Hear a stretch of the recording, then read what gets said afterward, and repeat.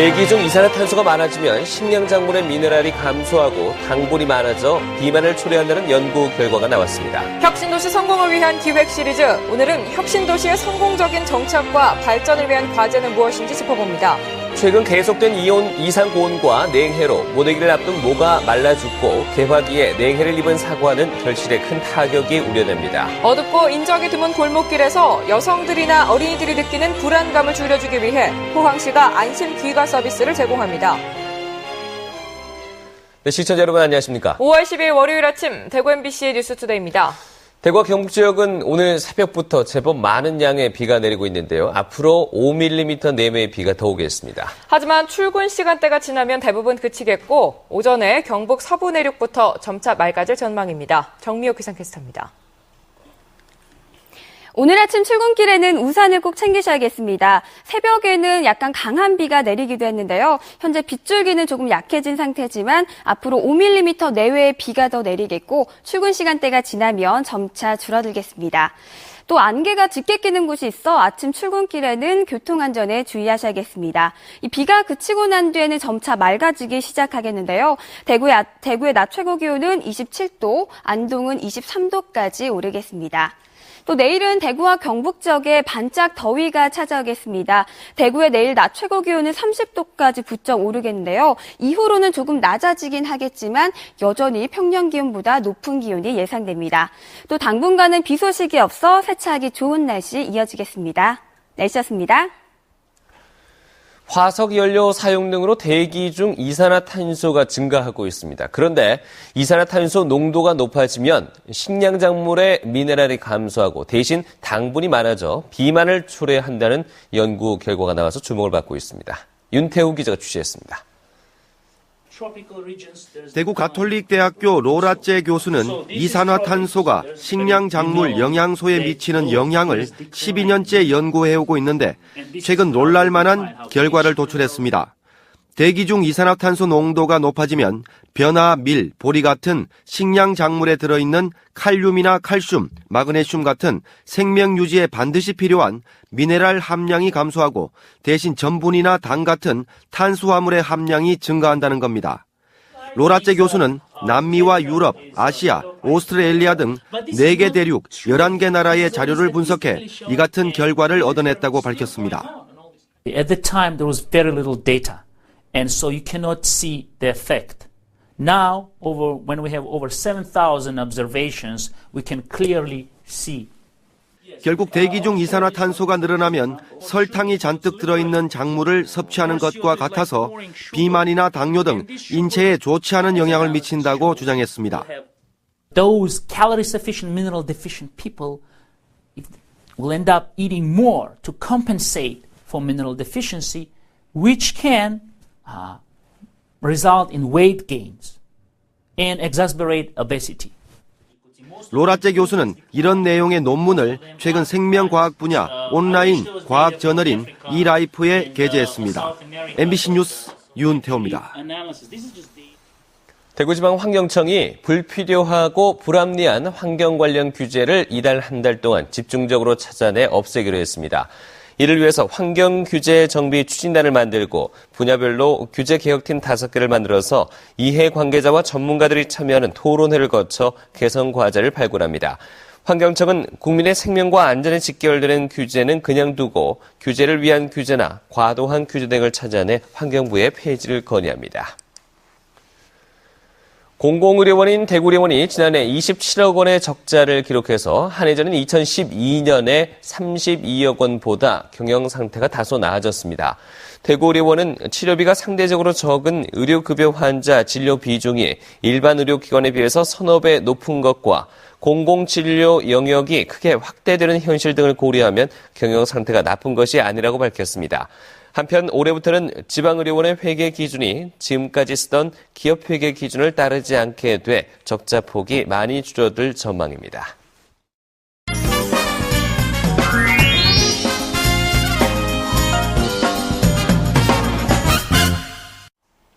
다음은 대구문화방송이 마련한 기획 시리즈 혁신도시 이것이 아쉽다 코너입니다. 오늘은 마지막 순서로 혁신도시의 성공적인 정착과 발전을 위한 과제를 집중적으로 알아봅니다. 박재영 기자가 취재했습니다. 공공기관의 지방 이전으로 지역의 혁신의 바람을 불어넣자는 취지에서 국가 주도로 추진되고 있는 혁신도시. 공공기관 이전은 속속 진행 중이지만 편의시설과 생활기반시설, 교통편 등 정주 여건은 아직 개선해야 될 점이 많습니다. 홀로 이주하는 임직원들을 향해 반쪽짜리 지역 사람이라고 비판만 할 것이 아니라 그들의 입장에서 불편한 점이 없는지 꼼꼼히 짚어볼 필요가 있습니다. 수도권에 직장이 배우자가 있는 경우는 같이 오기가 힘듭니다. 그래서 이제 앞으로 이제 대구 지역에도 많은 일자리가 생기고 유사업종이 생겨서 이 수도권에 있는 배우자가 이쪽에 와서도 일자리를 잡을 수 있다면 그게 가장 확실한 이 가족 동반의 이주가 되지 않겠는가 이렇게 생각을 하고요. 내년까지 공공기관 이전이 완료되기 전에 산학연 클러스터를 구축하고 다양한 지원책을 마련해 지역 산업경제 활성화의 기틀을 세우는 한 박자 빠른 대응책도 필수입니다. 이것이 산학연 구축을 위한 하나의 큰 초석이 될 필요가 있고 그 다음으로 인근에 있는 구미의 산업, 여러 가지 다양한 산업을 연계시킬 수 있는 그거를 혁신도시를 끌어들일 수 있는 연계교통망 구축도 하나의 큰 과제라고 볼 수 있습니다. 이전 기관 임직원들이 제2의 고향을 찾았다는 느낌으로 저절로 가족과 함께 이주할 수 있도록 대구시와 경상북도가 보다 적극적이고 체계적인 행정에 나서야 할 것으로 보입니다. 유치할 때보다 좀 더 적극적으로 하지 못하는 그런 인상들이 있는데 그걸 보다 좀 적극적인 차원에서 모니터링하고 또 보완해 나가는 그런 노력이 필요하다고 생각을 하죠. 혁신도시 이전 기관과 지역기업, 연구기관과의 협력을 이끌어내 혁신을 달성해야 하는 것도 지자체의 몫으로 남겨져 있습니다. 지역 발전의 초석이 될 혁신도시의 발전을 위한 과제는 멀리 있지 않습니다. 이전 기관 임직원들이 스스로를 우리 이웃이라고 느낄 수 있도록 만드는 작은 실천에 달려 있습니다. MBC 뉴스 박재영입니다. 대구지방법원은 소송 당사자가 있는 현장에서 재판을 여는 찾아가는 재판을 지역에서는 처음으로 오는 20일에 엽니다. 상주지원 문경시 법원에서 열리는 이번 재판은 주민 15명이 문경시장을 상대로 낸 조례 취소 소송으로 행정재판을 담당하는 대구에서 열어야 하지만 원고들의 주거 현장을 확인하고 주민들의 의견을 들어볼 필요가 있어 찾아가는 재판으로 열게 됐습니다. 주민들은 주변에 화장장이 설치돼 지원을 받을 수 있을 것이라 여겼지만 문경시가 이들 주민은 이미 문경시 폐기물 처리 시설 설치 촉진 및 주변 지역 지원 등에 관한 조례에 따라 지원을 받고 있는 만큼 중복 지원이 어렵다고 결정해 소송을 냈습니다. 대구시 어린이회관이 제28회 대구시 어린이 글쓰기 한마당 행사를 엽니다. 참가 대상은 대구 지역 초등학생으로 학교별로 학교장이 12명 정도를 추천하며 대회는 다음 달 10일과 11일 대구시 어린이회관 꿈누리관에서 열립니다. 글 주제는 행사 당일 공개하고 6명의 아동 문학가가 심사를 한 뒤 오는 7월 3일 대구시 어린이회관에서 시상식을 갖습니다. 입상 작품은 매년 연말에 어린이회관에서 발행하는 문예지 꿈나무 동산에도 수록해 대구에 있는 모든 초등학교에 배부합니다. 최근 계속된 이상고온과 냉해로 농촌 들녘이 직격탄을 맞았습니다. 모내기를 앞둔 모는 말라 죽었고 개화기에 냉해를 입은 사과는 결실에 큰 타격을 받았습니다. 정윤호 기자가 보도합니다. 모내기철이 다가왔지만 벼 재배 농민들의 고민이 깊어지고 있습니다. 모내기에 알맞게 촘촘하게 들어서야 할 모들이 마치 탈모 현상이 발생한 것처럼 듬성듬성 주저앉고 누렇게 시들었습니다. 밤에 냉해를 입지 않도록 부직포로 모판을 덮어주며 정성을 쏟았지만 망가진 모판은 복구되지 않습니다. 연일 일교차가 20도 이상 벌어지는 변덕스런 날씨 탓입니다. 기온 차이가 너무 심해갖고 냉해 입어가지고 좀 걱정이 좀 있습니다. 어쩔 수 없고 그래도 하지도 못하고 지금 심기는 심어야 되고 그러니까 뭐를 자꾸 지금 기간을 자꾸 늦춘다니까요. 과수농가도 사정은 마찬가지입니다. 개화기에 거듭된 고온과 추위 때문에 꽃눈이 냉해를 입었고 결과적으로 결실률은 예년 대비 30%나 줄었습니다. 올해 사과 작황이 매우 부진할 것이라는 조심스런 관측도 나옵니다. 밤 일교차가 심하면서 밤에 서리 피해로 인해서 사과 수정 시기에 결실이 잘 안 되었습니다. 그래서 전년도 대비해가지고 올해는 사과 생산량이 한 30-40% 정도. 게다가 올해는 4월부터 이상고온이 지속되면서 병해충이 늘어날 가능성도 있습니다. 과체류 생육기에 해충의 활동이 시작될 경우 생육장애는 물론 병해에 따른 피해도 우려되고 있습니다. 이례적으로 태풍이 없었던 지난해 풍작을 일궈냈던 경북 지역은 올해 뜻하지 않은 이상 기온으로 농작물 전반에 큰 타격이 예상되고 있습니다. MBC 뉴스 정윤호입니다. 대구 고용노동청은 오는 7월까지 대구 성서공단 내 장시간 근로와 불법 파견 소지가 있는 자동차 부품 등 제조업체 9개 사업장을 선정해 집중 감독하기로 했습니다. 이번 감독은 파견법과 최저임금법, 근로기준법 등 노동관계법 전반에 대해 대구 서부지청의 근로감독관을 지원받아 합동으로 실시됩니다. 특히 불법 장시간 근로와 사내 하도급 불법 파견 등은 형사 입건 등 엄정한 사법 조치를 취할 방침이라고 노동청은 설명했습니다. 약을 뿌려도 죽지 않는 제초제 저항성 잡초 발생이 많이 늘어나고 있습니다. 농촌진흥청 조사 결과 지난 2012년 저항성 잡초 발생 면적은 전국 논면적의 22%에 해당하는 17만 6,870헥타르로 10년 전에 비해서 3배 넘게 증가했습니다. 저항성 잡초 종류도 무록잠과 물달개비 등 12종으로 10년 전 6종에 비해서 2배 이상 많아졌습니다. 농진청은 한 가지 제초제를 지속적으로 사용하는 것이 가장 큰 원인이라며 3년에 한 번씩 약제를 바꿔줘야 한다고 밝혔습니다. 여성분들은 어둡고 인적 드문 골목길에 들어서면 불안하고 또 무서움을 느낄 수 있을 텐데요. 포항시가 이럴 때 유용한 대책을 내놨습니다. 장미쁨 기자가 소개합니다. 늦은 퇴근이 많은 직장인 손나비 씨. 퇴근을 앞두고 포항시 콜센터로 전화를 겁니다. 네, 제가 지금 이제 퇴근하려고 하는데요. 10시 반쯤 이동 이마트 버스 정류장으로 와주실 수 있으실까요? 네, 알겠습니다. 자율방범대원 보내드리겠습니다. 전화를 받고 곧바로 마중을 나온 2인 1조 자율방범대원들이 손 씨를 집까지 안전하게 데려다 줍니다. 평소에 야근이 잦아서 좀 무섭고 그랬는데 오늘 대원분들이랑 함께 오니까 되게 안심되고 앞으로 되게 이 서비스를 많이 이용할 것 같습니다. 여성들뿐 아니라 학교나 학원에서 늦게 귀가하는 어린이, 학생들도 이용할 수 있습니다. 우리나라 여성이 혼자서 골목길을 걸을 때 느끼는 두려움은 OECD 국가 평균의 2배일 정도로 매우 높은 편입니다. 실제로 지난달 15일 경북 구미에서는 새벽에 귀가하던 여대생을 납치하고 성폭행하는 사건이 일어나기도 했습니다.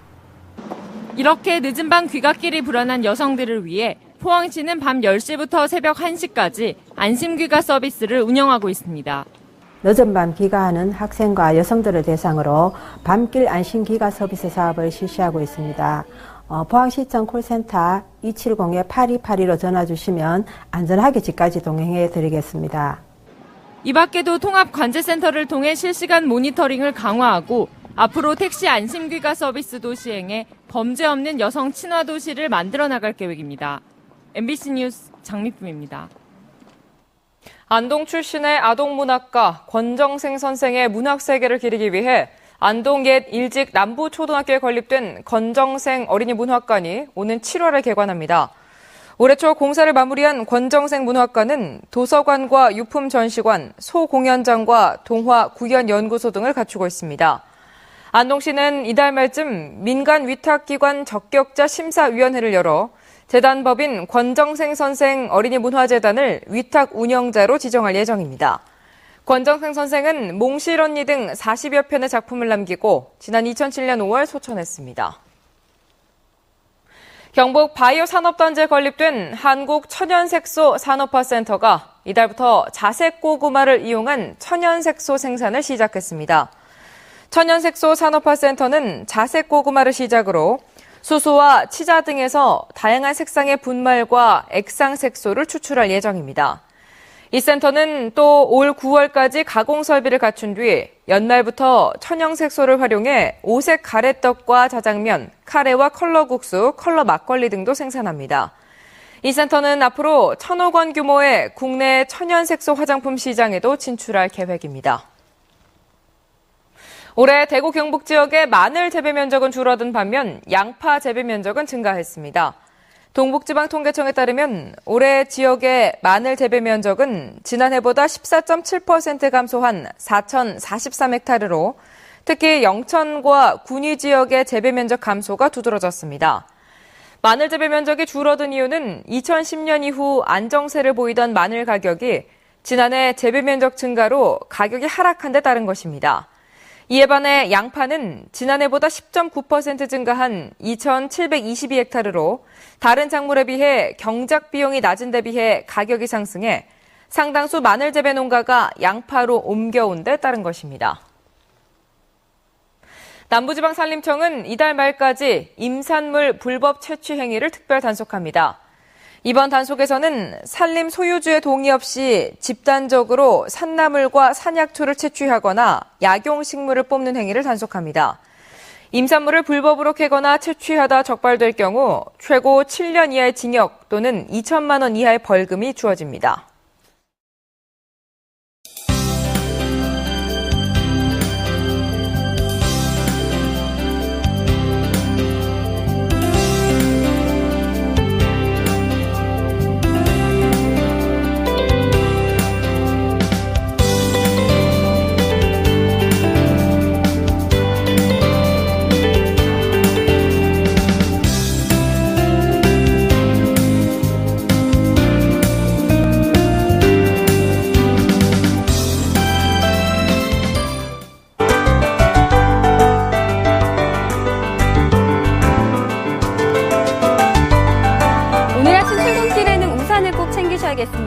새벽에는 빗줄기가 좀 굵긴 했지만 지금은 다소 약해진 상태인데요. 5mm 내외의 비가 더 내리겠고 아침 출근 시간대가 지나면 대부분 그치겠습니다. 또 이 비가 그치고 난 뒤에는 낮 기온이 27도, 안동은 23도까지 오르겠습니다. 구름 영상입니다. 현재 우리 지역은 구름으로 덮여 있는데요. 비가 그치고 난 후에는 구름이 걷히기 시작하면서 맑은 하늘 보이겠습니다. 다만 아침에는 안개가 끼는 곳이 있어 출근길 교통안전 주의해 주시기 바랍니다.